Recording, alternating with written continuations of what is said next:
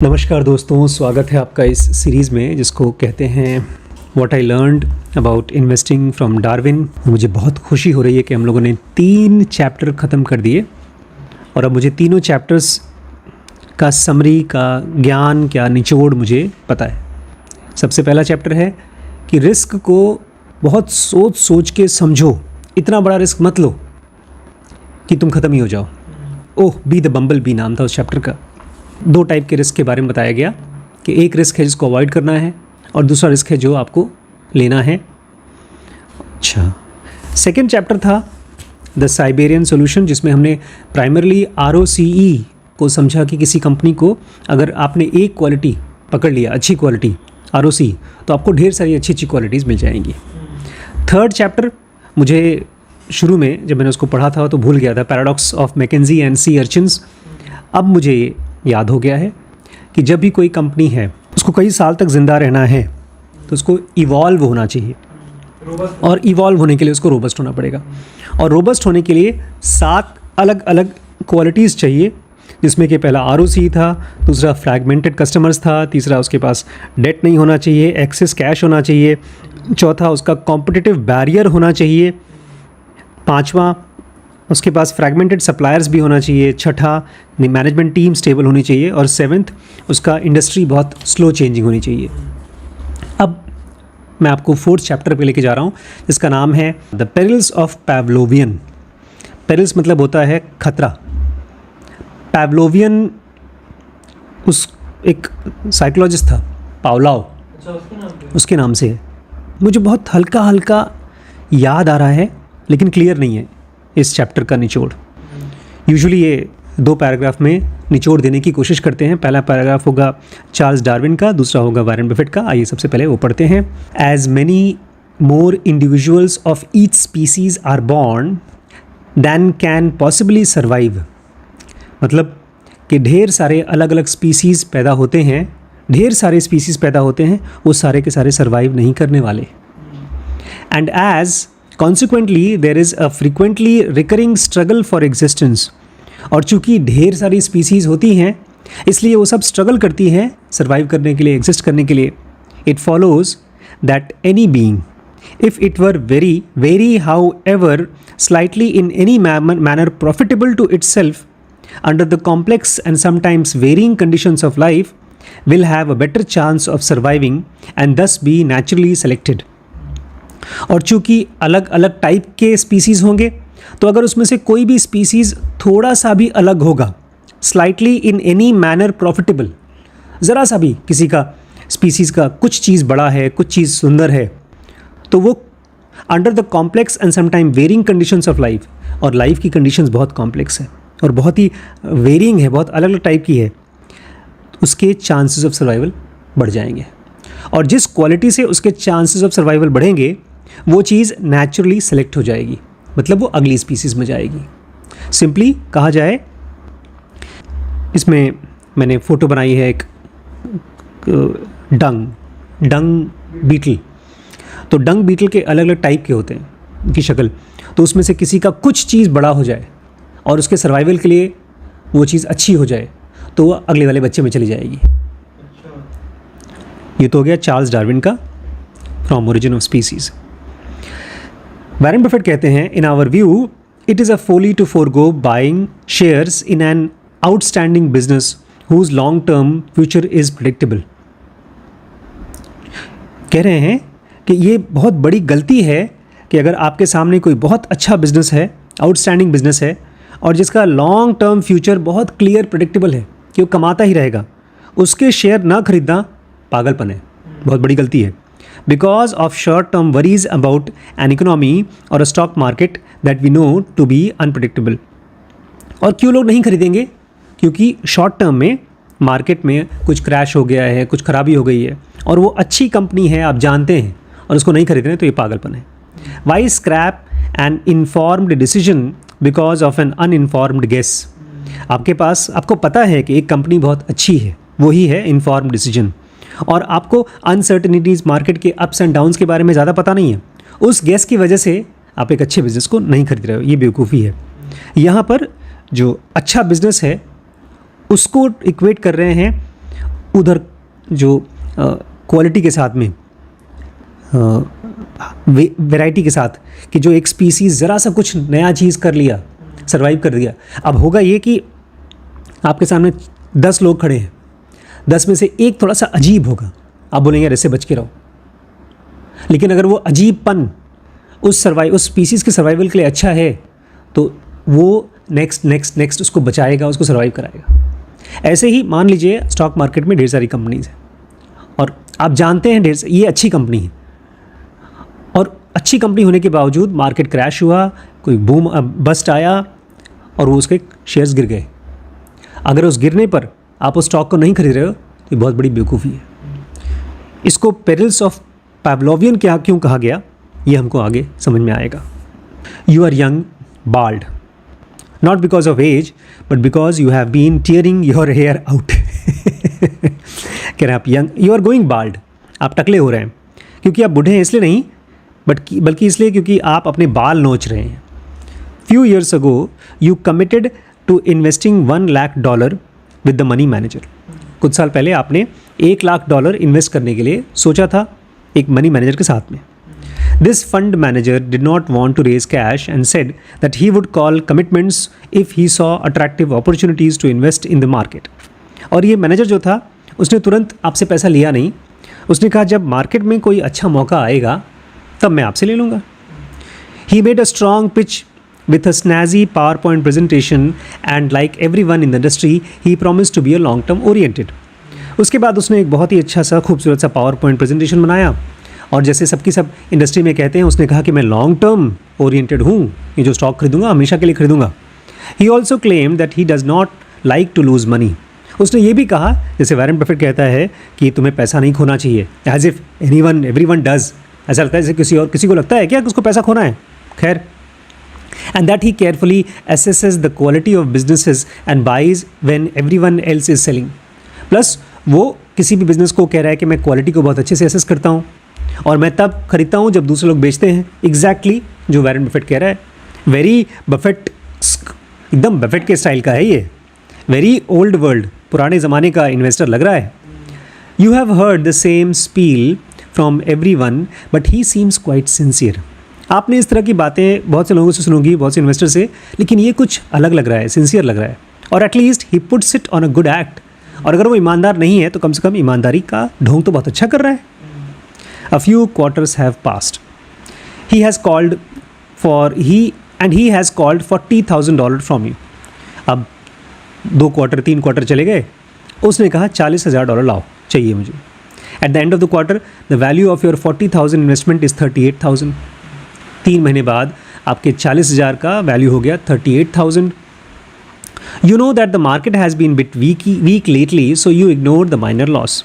आपको पता है कि मार्केट बीच में अभी गिर रहा था, इसलिए थोड़े बहुत लॉस होंगे तो कोई बात नहीं। You are a patient sort and don't fret over the value of your investment daily because many of your friends, आप बहुत अच्छे इन्वेस्टर हैं, आप बहुत पेशेंट इन्वेस्टर हैं, इसलिए आप परेशान नहीं होते अपने दोस्तों की तरह। आपको पता है कि रोज़ नहीं देना चाहिए, मार्केट वापस इसको रिकवर कर लेगा। But when you check your investment next quarter you see the value of your portfolio now only 32,000। अब एक क्वार्टर और आगे बढ़ गया और आपको जो मेरी हालत एकदम ऐसी थी जब मैंने उसमें लगाया था, म्यूचुअल फंड में लगाया था, अब आपका 40,000 गिर करके 32,000 हो गया। You have taken a hit of 15% in single quarter. एक क्वार्टर में आपके 15% गिर गए। To rub the salt on your wounds the fund manager demands $15,000 from you more. और जले पे नमक छिड़क रहे हैं, आपको तुरंत फ़ोन आया कि $15,000 और चाहिए। ही इज़ एंटाइटल्ड टू, आपके साथ उसने कॉन्ट्रैक्ट किया है, उसको मिलना चाहिए। And you have signed an agreement with him that commits you to keep investing until your $1,00,000 is reached, limit is reached। और आपको तब तक पैसे लगाते रहेंगे जब तक $1,00,000 आप उसको नहीं दे देते। You invest additional $15,000। तो आप कहते ठीक है भाई, ले जा 15,000 और ले जा। One more quarter goes by and you are aghast to discover the value of 55,000 is now only 39,000। 40 + 15 मिलकर 55,000 आपका जो दिया था उसकी वैल्यू मात्र 39,000। You are down 30% with in 6 months। जो बैंक में रखा होता तो कम से कम 6% भी बढ़ता तो जो वैल्यू थी वो तो रहती, 30% गिर गया 6 महीने में। Fund manager repeats the same mantra, we are long term patient blah blah blah. वो फिर कहानी बताता है, अरे चिंता मत करिए, हम लॉन्ग टर्म के लिए इन्वेस्ट कर रहे हैं blah blah blah. While asking for additional 15,000 और फिर 15,000 और मांगता है। You talk to some of your friends who appear to be stock market experts. फिर आप अपने कुछ दोस्तों से बात करते हैं जो कि स्टॉक मार्केट एक्सपर्ट्स हैं। All of them advise you to stop investing more and to withdraw your remaining capital promptly. सब के सब कहते हैं पागल मत बन, जो पैसा लगाया है उसको वापस ले ले और आगे से मत लगा। Unfortunately your lawyer advises you that there is no way out. लेकिन आपका लॉयर बोलता है, भाई साहब अग्रीमेंट किया है साइन आपने, वो आपको कोर्ट में घसीट लेगा इसके चक्कर में। Not only can you not redeem your capital because you have agreed to lock up for many years, but you must honour your commitment. आपको अपना जो कैपिटल दिया है वो तो है ही, आपको और जो बोला है वो भी आपको देना पड़ेगा। With great reluctance you invest an additional 15,000। फिर मन तो नहीं है बट 15,000 और लगा दिया। टोटल इन्वेस्टमेंट ऑफ $70,000, $70,000 का इन्वेस्टमेंट हो गया। You have read Buffett's great annual letters and listen to his interviews on TV। आपने बफेट के लेटर्स पढ़े हैं और आपने उसके इंटरव्यूज़ भी पढ़े हैं। You remember that he advises investors not to check their stock holdings obsessively. और वो कहते हैं कि आप अपने स्टॉक होल्डिंग्स को पागल की तरह रोज़ रोज़ मत देखा करिए। Hence this time you decided to wait 6 months before reviewing your portfolio has performed. Kudos for your patience. तो इस बार आप बोलते हैं 6 महीने तक अपना मैं देखूंगा ही नहीं, मेरे पोर्टफोलियो का वैल्यू क्या हुआ। बहुत बड़ी चीज़ है, आपके पेशेंस की दाद देनी पड़ेगी। द डे फाइनली अराइव्स, और वो दिन आता है finally. You haven't felt this nervous since the first time you have used a fake ID to enter a bar. अब पहली बार आपको डर लग रहा है, इससे पहले आपको डर लगा था जब आपने फेक ID यूज़ करके बार में गए थे। You open your account statement with increasing dread. आप अपना स्टेटमेंट खोलते हैं, देखूँ मेरा 70,000 कहाँ तक पहुँचा। Your worst fears are realised, your 70,000 investment is now almost halved 36,000। आपका जो सबसे बड़ा डर था सच साबित हुआ। 70,000 रुपये आधे हो गए, 36,000 हो गए। Your portfolio has lost 40% during the past 6 months। आपके पोर्टफोलियो ने पिछले 6 महीने में 40% लॉस हो गया। Oh, and your money manager is threatening to ask for more money. और वहाँ पागल आदमी आपका मनी मैनेजर बोल रहा है और पैसे दो मुझे। Apart from continuing to tear your remaining hair, what should you do? Horns of dung beetles maybe they have the answer. अपने बाल नोचने के अलावा और क्या करेंगे? कोई बात नहीं, आपके सवालों का आंसर है डंग बीटल के पास। इसको हिंदी में मनोज भैया ने इसके नाम बताया था, गोबड़ौरा, जो गोबर में रहता है, गोबड़ौरा। तो थोड़ा सा हम गोबड़ौरा के बारे में पढ़ते हैं। एक चीज बोल दीजिए, मॉर्गन हॉसल कहता है कि कॉमन मैन हमेशा जब पैसा डालता है तो 6 महीने साल भर वेट करता है, फिर देखता है और पोर्टफोलियो बिल्कुल बढ़ा नहीं रहता, इसलिए जितना होता है वो निकाल लेता है। और ये इतनी सही चीज बोली उसने, कहा स्टॉक मार्केट का जादू शुरू ही होता है 5 साल के बाद। 5 साल के बाद ही तो कंपाउंडिंग शुरू होती है, शुरू में तो कुछ नहीं होता। साइकोलॉजी ऑफ मनी में, और मुझे भी लगता है, मेरे साथ भी ये हुआ था जब मैंने स्टॉक मार्केट में डायरेक्टली नहीं इनडायरेक्टली पैसा लगाया था म्यूचुअल फंड में, तो मैं ऑलमोस्ट 2-3 महीने में पैसे देखता था कितना हुआ। ऑलमोस्ट 2 साल तक मैंने पैसे लगाए, 5 साल का कमिटमेंट था बैंक के साथ। मैंने तीसरे साल के पैसे देने के बाद जब अपना देखा पोर्टफोलियो तो उसका गिर गया था। मुझे पता ही नहीं था, जैसे कि मॉर्गन हसल बोलते हैं कि स्टॉक मार्केट में आपका रिटर्न आ रहा है कि नहीं आ रहा है, ये साफ साफ दिखेगा 5 से 6 साल के बीच में। उसके पहले आप उसको देखिए ही मत, ठीक ज़मीन की तरह। तो ये मुझे बिल्कुल नहीं आइडिया था, थैंक्स टू पुलक प्रसाद। तो खैर कंटिन्यू करते हैं आगे। The how versus why. मैंने कहा था ना आपसे कि धीरे धीरे ये बुक मुश्किल होती जाएगी। द हाउ वर्सेस वाई, कैसे वर्सेस क्यों। डंग बीटल्स लव पूप। डंग बीटल को पूप पसंद है, पॉटी पसंद है, डैह। With about 8,000 species, the cleanup crews of the insect world eats poop. 8,000 species हैं दुनिया में और ये लोग दुनिया का कचरा पूप साफ खा जाते हैं और साफ करते हैं। They build their nest with poops. वो अपना घोंसला बनाते हैं पूप से। They live in those nests. वो उसी में रहते हैं। Lay their eggs in them to sustain their larva. और अपने अंडे भी उसी में देते हैं। Check out the figure 4.1 with small samples of astonishing variety of dung beetles. और यहाँ पर कुछ फ़ोटोज़ दिए गए हैं जिसमें कि डंग बीटल्स के बहुत ही खूबसूरत वेराइटीज़ हैं। Among insects, they have unique distinction for caring their youngs. जितने भी इंसेक्ट्स हैं उसमें से ये ख़ास हैं क्योंकि ये अपने बच्चों का बहुत ध्यान देते हैं। Dad provides food and mom tends to the nest. Dad खाना लेकर आते हैं और मॉम जो है वो नेस्ट की देखभाल करती है, घोंसले की देखभाल करती है। Many years ago while taking a poop on the open in Masai Mara in Kenya, don't ask, I heard them before I saw them. They scurry noisily to a surprisingly brisk space. बहुत साल पहले जब पूप को देख रहे थे ये लोग केन्या में, ये मत पूछिएगा क्यों, मैंने देखा बहुत आवाज़ के साथ, बहुत शोर के साथ ये चल रहे थे। The males have impressive looking horns. इसमें से जो मेल होते हैं उनकी खूब बड़ी बड़ी खूबसूरत हॉर्न्स होती हैं। ये हॉर्न को बोलते हैं सींग, सींग, सींग, हॉर्न, सूंड को नहीं, हॉर्न मतलब सींग। जैसे हाथी का होता है, हिपोपोटामस का होता है, गेंडे का, इसके पास भी है। And 8,000 species have almost many different kinds of horns. और 8,000 species हैं तो अलग अलग टाइप के हॉर्न्स होते हैं उनके। Their shapes resemble rhinoceros horns. उनका शेप एकदम राइनोसोरस के हॉर्न की तरह दिखाई देता है, एलिफेंट टस्क की तरह दिखाई देता है। एलिफेंट की जो टस्क होती है, दांत होती है। डियर एंटलर्स, जो हिरन होते हैं, उनके सींग की तरह दिखाई देता है। इवन सेरेटेड नाइफ, और कुछ तो चाकू की तरह दिखाई देते हैं। Their size varies from the very small to massive, और किसी किसी के छोटे छोटे होते हैं सींग और किसी के बहुत बड़े। Some are even larger than entire dung beetles body, और कुछ की सींग तो इतनी बड़ी होती है जितनी उनकी बॉडी है उससे भी बड़ी। वॉट एक्सप्लेन्स दीज हॉर्न्स, आखिर क्यों इतने बड़े बड़े हॉर्न्स क्यों? One way evolutionary biologists described them is through hormonal development and genetic mechanism. जो बायोलॉजिस्ट होते हैं, एवोल्यूशनरी बायोलॉजिस्ट, बोलते हैं भैया इनकी बॉडी में हार्मोन्स बहुत रिलीज होता है, इसलिए इनकी जीन्स मैकेनिज्म ये हॉर्न्स डेवलप कर देती है। For example 2019 science article provides evidence that dung beetles use wing genes to grow their horns.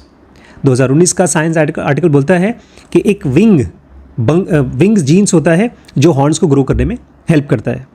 The wing genes get turned on in the early stage of the growth to grow the horn. एकदम बहुत young age में वो जो wing jeans है वो on हो जाता है और फिर ये हॉर्न्स डेवलप हो जाते हैं।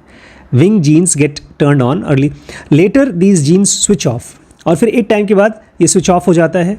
And the new set of genes grows and shapes the horn, और फिर नया जीन्स आता है जो इसको शेप देता है।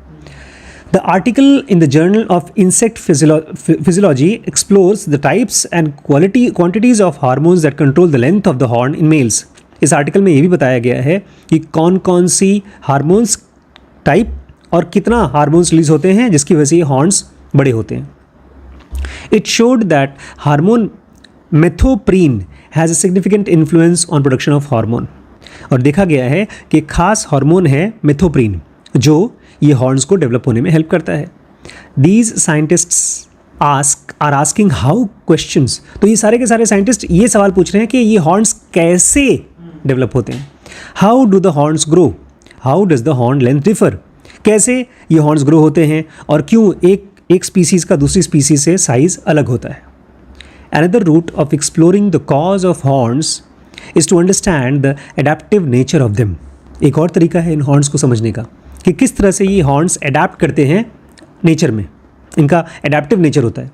दीज आर वाई क्वेश्चंस, इसमें आपको ये क्वेश्चन का आंसर मिलेगा कि क्यों ये हॉर्न्स डेवलप होते हैं। वाई डिड हॉर्न्स अराइज, आखिर इस छोटे छोटे जीव में हॉर्न्स आया ही क्यों।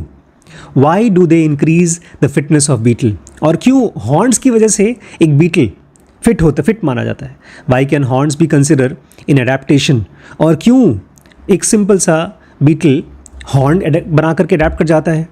The selection explanation contents that the horns of male dung beetles allow the bearer to garner more resources, defend their nests and compete for the best females, thereby reproducing more than males without horns, reproducing more than the males without horns.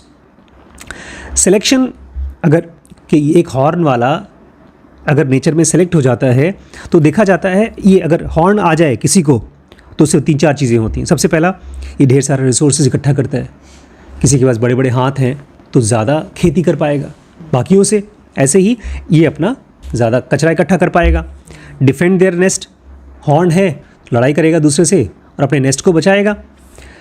कोई खूबसूरत female है तो लड़ाई करके दूसरे mail को हरा करके उसको अपने पास ले आएगा।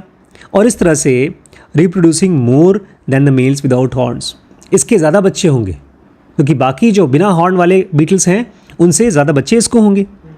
For example, an article of the Journal of Insect Behavior describes that experiment providing evidence that males with larger horns get preferential access to the female and thus can be considered adaptive. इस journal of insect behaviour में भी लिखा गया है कि जो डंग Beatles को बड़े बड़े हॉर्न्स होते हैं उनको जो अच्छी से अच्छी फीमेल है उसके पास एक्सेस मिलता है, वो अपने पास आने देती है। इसलिए कहा जा सकता है कि ये अडेप्टिव है, कि ये चीज़ नेचर में उसको अडेप्ट करने में हेल्प करती है, पाने में हेल्प करती है। The same article also describes the adaptive value of small horns in some males. अच्छा, वो ये भी कहती है कुछ का छोटा हॉर्न है और वो भी अडेप्टिव है। These males have great mobility, जिनके छोटे छोटे हॉर्न होते हैं वो बहुत तेज़ी से दौड़ सकते हैं। And can sneak around the larger males to mate with females, और बड़े बड़े जो मेल्स हैं हॉर्न वाले उनको बगल में जाकर के फीमेल्स को मेट कर सकते हैं। The first category for the dungs beetles horn addressing how question is called proximate cause. अच्छा, 2 चीज़ें इस पूरे चैप्टर में हम पढ़ेंगे, proximate cause and ultimate cause. अब मुझे याद आया, कह रहे हैं जब आप ये सवाल पूछते हैं हार्मोन, किस हार्मोन की वजह से ये हॉर्न आया है, तो वो है प्रॉक्सिमेट कॉज। हार्मोन तुरंत बताता है कि वो हॉर्न क्यों आया। और सेकंड, जब वाई का सवाल पूछते हैं कि आखिर हार्मोन जब हॉर्न आया तो उस स्पीसीज़ को क्या फ़ायदा है, तब आपको मिलेगा अल्टीमेट कॉज, कि आखिर इस हॉर्न का अल्टीमेट कॉज क्या है। लेकिन अभी आपने हार्मोन क्यों बोला? हार्मोन इसलिए बोला क्योंकि हमने पढ़ा 2 पार्ट है।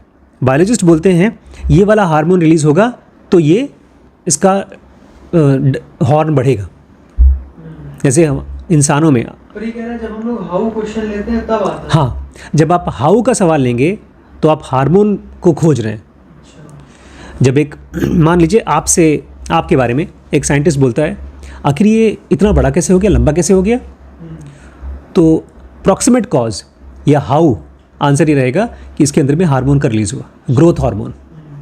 अच्छा, अल्टीमेट कॉज क्या है, ये बड़ा इसलिए हुआ है ताकि वो बाकियों से ज़्यादा तेज़ी से दौड़ सके, ताकि वो सर्वाइव कर सके। हाँ, वाई का। तो प्रॉक्सिमेट कॉज तो ये बताता है तुरंत कौन सी चीज़ की वजह से ऐसा हुआ है, लेकिन अल्टीमेट कॉज बताता है, वाई वाला बताता है कि आखिर नेचर ने इसको करवाया ही क्यों है। Proximate mechanisms explore immediate physical influence on a trait. जो प्रॉक्सिमेट मैकेनिज्म है वो आपको तुरंत का फिजिकल इन्फ्लुएंस बताएगा कि कौन सी केमिकल, कौन सा हार्मोन, कौन सी एक्टिविटी से ये चीज़ डेवलप हुई है। The history of organism determines ultimate cause.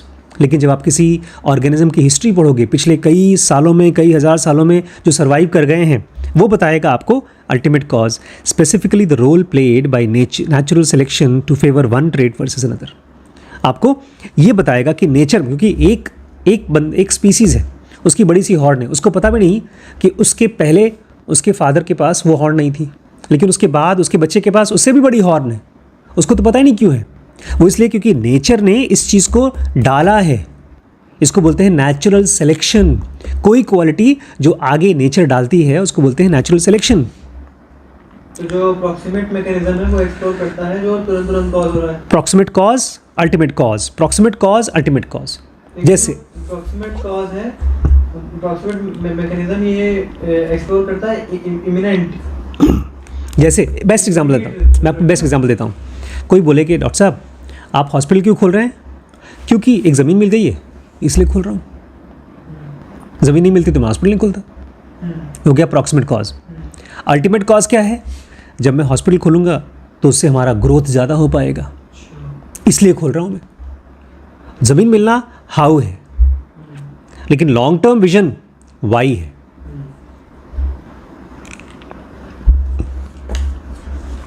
To elaborate further, आगे और बढ़ने के लिए लेट्स टॉक अबाउट सेक्स। आइए थोड़ी सी सेक्स की बातचीत करते हैं। Oh, more precisely polyandry in the predatory mite species, और ख़ास तौर से पॉलीएंड्री के बारे में पढ़ेंगे। पॉलीएंड्री का मतलब होता है बहुविवाह, जहाँ पर एक मल्टीपल से शादी करते हैं, खास तौर से माइट स्पीसीज में, दीमक की स्पीसीज में। नियोसियालस कैलिफोर्निकस, ये जो स्पीसीज है उसके बारे में पढ़ेंगे हम। Polyandry implies multiple mating by female of a species is the opposite of polygyny. Polyandry का मतलब होता है एक फीमेल ढेर सारे मेल से शादी करे, सेक्स करे। इसका उल्टा होता है पॉलीगैनी, जहाँ पर एक आदमी मल्टीपल लेडीज़ के साथ सेक्स करता है। अच्छा, पॉलीएंड्री में लड़की एक है, लड़के ज़्यादा है। हाँ, तो पॉलीगैमी में लड़का एक है, लड़की ज़्यादा है। जहाँ पर एक आदमी 10 लड़कियों के साथ सेक्स कर सकता है वो पॉलीगैनी, और पॉलीएंड्री मतलब एक लड़की 10 के साथ सेक्स कर सकती है। अच्छा, Bateman's principle named after an English geneticist argues for the prevalence of polygyny in animal kingdom. Bateman principle ये कहता है, जो एक इंग्लिश जेनेटिस्ट था, कि पॉलीगैनी एनिमल किंगडम में, जानवरों में ज़्यादा प्रिवलेंट है। मतलब एक आदमी मल्टीपल फीमेल के साथ सेक्स करता है, ये जानवर की किंगडम में, एनिमल किंगडम में ज़्यादा होता है। ही पॉलीगैनी मतलब एक आदमी मल्टीपल के साथ। He contended that since female invest much more in offspring than do males, they are limiting factor over which males compete, leading to polygamy. उनका ये कहना था कि फीमेल्स बच्चों को पैदा करने में और बड़ा करने में बहुत ज़्यादा इन्वेस्ट करती हैं, इसलिए वो ज़्यादा सेक्स वेक्स नहीं करती हैं, बस प्रेगनेंसी हो गई और नहीं चाहिए।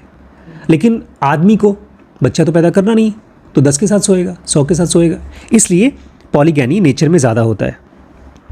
However, polyandry is more widespread than batsmen believed. Batemans को पता नहीं था polyandry उससे ज़्यादा होता है। In many species, females are not just waiting around to get impregnated, they are actively scouting for multiple partners. बहुत सी स्पीसीज़ में औरतें खाली वेट नहीं करती हैं कि उनको प्रेग्नेंट कर दो, बल्कि वो भाग भाग के खोज के मल्टीपल पार्टनर से अपने आप को सेक्स करवाती हैं। And one of this species is mite N californicus, और इसी में से एक स्पीसीज है mite N californicus. But what drives this mite to become polyandrous when the dominant trend in the animal world is polygyny? जब पूरे के पूरे जानवरों में, सभी एनिमल स्पीसीज में पॉलीगैनी इतना कॉमन है, फेमस है, तो आखिर इस वाले स्पीसीज में पॉलीएंड्रस क्यों कॉमन है, क्यों डोमिनेंट है? Peter Schwarzberger and his colleagues tackled this question in PLOS1 article. एक मैगजीन है PLOS1, उसमें इस क्वेश्चन को पीटर श्वार्ज़बर्गर ने लिया है। And they came up with 2 different sets of explanation. One is proximate, other is ultimate. उन्होंने 2 सेट ऑफ सोल्यूशन दिए हैं कि ऐसा क्यों होता है। एक तो उन्होंने सोल्यूशन दिया है प्रॉक्सिमेट, कि ये हार्मोनल या जो भी एक्टिविटी है उसकी वजह से, और एक अल्टीमेट आंसर दिया है। The scientists discovered that the ultimate cause of polyandry in N. californicus consists of both direct and indirect fitness benefits. उन्होंने कहा कि polyandry में N. californicus को direct और indirect दोनों फ़ायदे होते हैं फिट रहने के लिए। Females are mated multiple times produced more offsprings than females that mated just once. जिन फीमेल ने बहुत बार सेक्स किया बहुत से लोगों के साथ, तो उनको ज़्यादा बच्चे हुए बजाय उनसे जो एक बार करती हैं। And those offsprings survived longer, और ऐसे औरतों के बच्चे ज़्यादा सर्वाइव किए। As for the proximate cause, the author identified की 1, द फर्स्ट मीटिंग ड्यूरेशन, और इसमें जो सबसे इमीडिएट कॉज था वो था फर्स्ट मेटिंग ड्यूरेशन, जो मेट करने का टाइम था। If females first mating period was below a certain threshold, 150 minutes, the likelihood of their continuing to seek male partners increased. अगर फीमेल को जो सबसे पहली बार सेक्स करती है वो 150 मिनट से कम है, तो उसकी पूरी क्रेविंग ख़त्म नहीं होती, तो उसको पूरा करने के लिए वो ऑल मेल पार्टनर्स खोजती है। The immediate cause of female seeking more sex was lack of sex. Who says science is boring? तो एक औरत सेक्स क्यों खोज रही है? क्योंकि उसको ठीक से सेक्स मिला ही नहीं। तो आपको क्या लगता है साइंस बोरिंग चीज़ है? कितनी मज़ेदार चीज़ है। Ernst Mayr, one of the greatest evolutionary biologists of the 20th century, proposed the proximate ultimate duality in landmark article titled Cause and Effect in Biology in the journal Science 1961. Ernst Mayr जो evolutionary biology के greatest बंदे हैं, biologist हैं 20th century के, उन्होंने proximate ultimate duality को एक landmark article में बताया, cause and effect in biology के नाम से। जर्नल साइंस जर्नल में 1961 में लिखा था। Using example of bird migration he posed the following question. उन्होंने बर्ड का माइग्रेशन, जब मौसम बदलता है तो बहुत सी चिड़ियाएँ अपनी जगह को छोड़कर दूसरी जगह चली जाती हैं, उसको बोलते हैं बर्ड माइग्रेशन। बहुत से लोग बर्ड माइग्रेशन को देखने के लिए जाते हैं, टूरिज़्म करते हैं, कैमरे लेके जाते हैं, वेट करते हैं। उनका सवाल ये था, why did warbler on my summer place in New Hampshire start his southward migration on the night of 25 August. उनका एक सिंपल क्वेश्चन था कि वार्बलर नाम का बहुत छोटा सा पक्षी होता है, गर्मियों में new Hampshire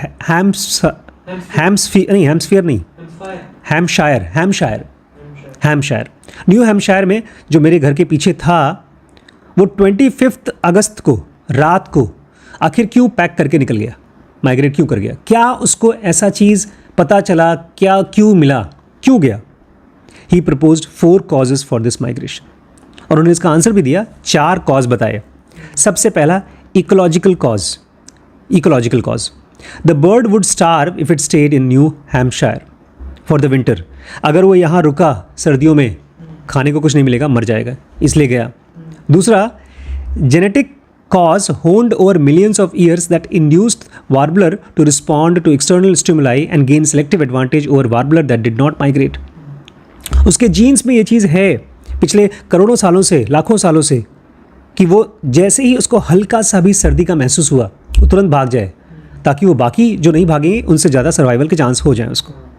third, an internal physiological cause that propelled the bird to leave once the number of daylight hours dropped below certain level. तीसरा ऐसा है जैसे कि हमारी बॉडी में नींद आती है, नींद में जब आपके 12, 15, 16 घंटे हो जाते हैं जगे हुए, तो नींद के केमिकल्स रिलीज़ हो जाते हैं।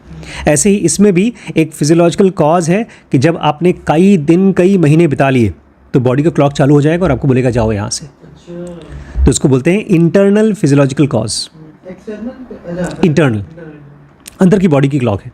And last, external physiological cause that was reflected in the sudden drop in temperature on 25 अगस्त। और आखिरी वाला ये है एक्सटर्नल कॉज, जैसे ही बाहर का टेम्परेचर गिरा ये उड़कर चली जाएगी। The warbler was already physiologically ready for migration. Warbler पहले से माइग्रेशन के लिए फिजिकली रेडी थी, and a sudden cold wave made it leave that day. और अचानक से जैसे ठंडी आई उसको उड़ा दिया वहाँ से। मायर called the first 2 explanations ultimate cause. पहला 2 उन्होंने कहा ये अल्टीमेट कॉज है, एंड सेकेंड 2 प्रॉक्सिमेट कॉज। पहला 2 क्या है? इकोलॉजिकल, अगर रही तो मर जाएगी, खाने को कुछ नहीं बचेगा। जीन्स बना हुआ है उसका कि वो उड़ जाए, ये दोनों हैं अल्टीमेट कॉज।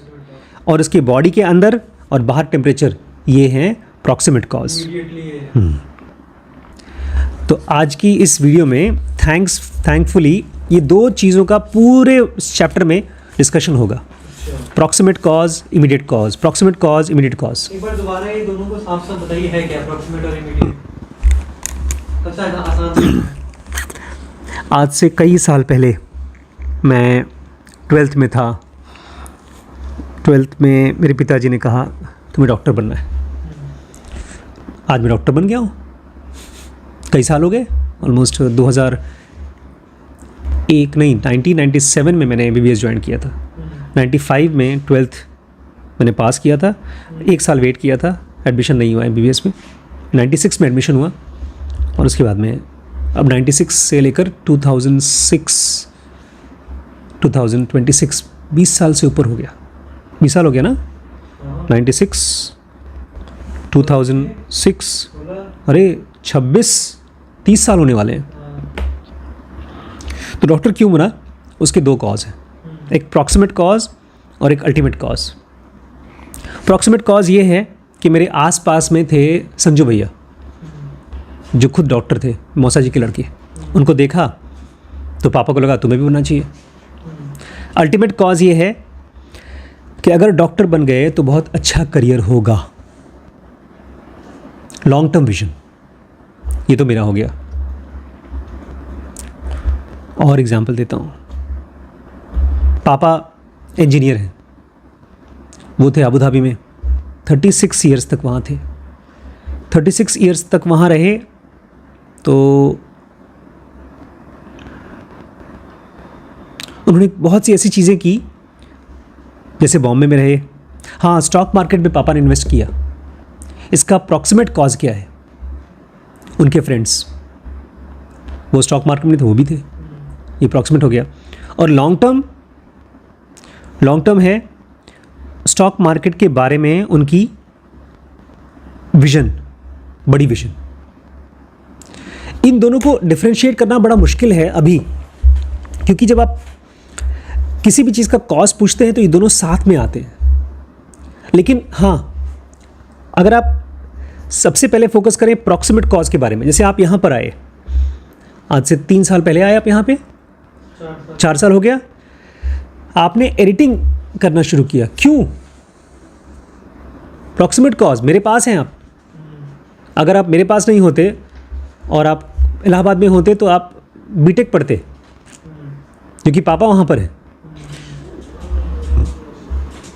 आप शायद बैंगलोर गए होते 12th के बाद तुरंत, तो BCA की पढ़ाई कर रहे होते वहाँ से और सॉफ्टवेयर इंजीनियर बन भी चुके होते। आपके प्रॉक्सिमेट मतलब आपके नज़दीक की कॉज क्या है, जो सबसे नज़दीक की चीज़ आपको कॉज करती है कोई चीज़। और अल्टीमेट कॉज मतलब उस चीज़ का अल्टीमेट वजह क्या है, लॉन्ग टर्म वजह, 20 साल 30 साल बाद का या 30 साल पहले का। आखिर मैं आपको क्यों सिखा रहा हूँ एडिटिंग या स्टॉक मार्केट का? बिकॉज मेरी पिछले 10 साल की समझ या मेरी फ्यूचर की 10 साल की जो विजन है वो है अल्टीमेट कॉज।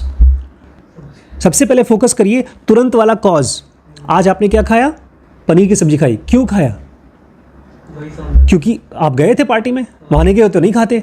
लेकिन पनीर ही क्यों खा रहे हैं? बिकॉज इंसानों ने पिछले हज़ारों सालों में भैंस के दूध को फाड़ा, पनीर बनाया, उसके प्रोटीन निकाला और उससे हम लोग की बॉडी प्रोटीन बनती है।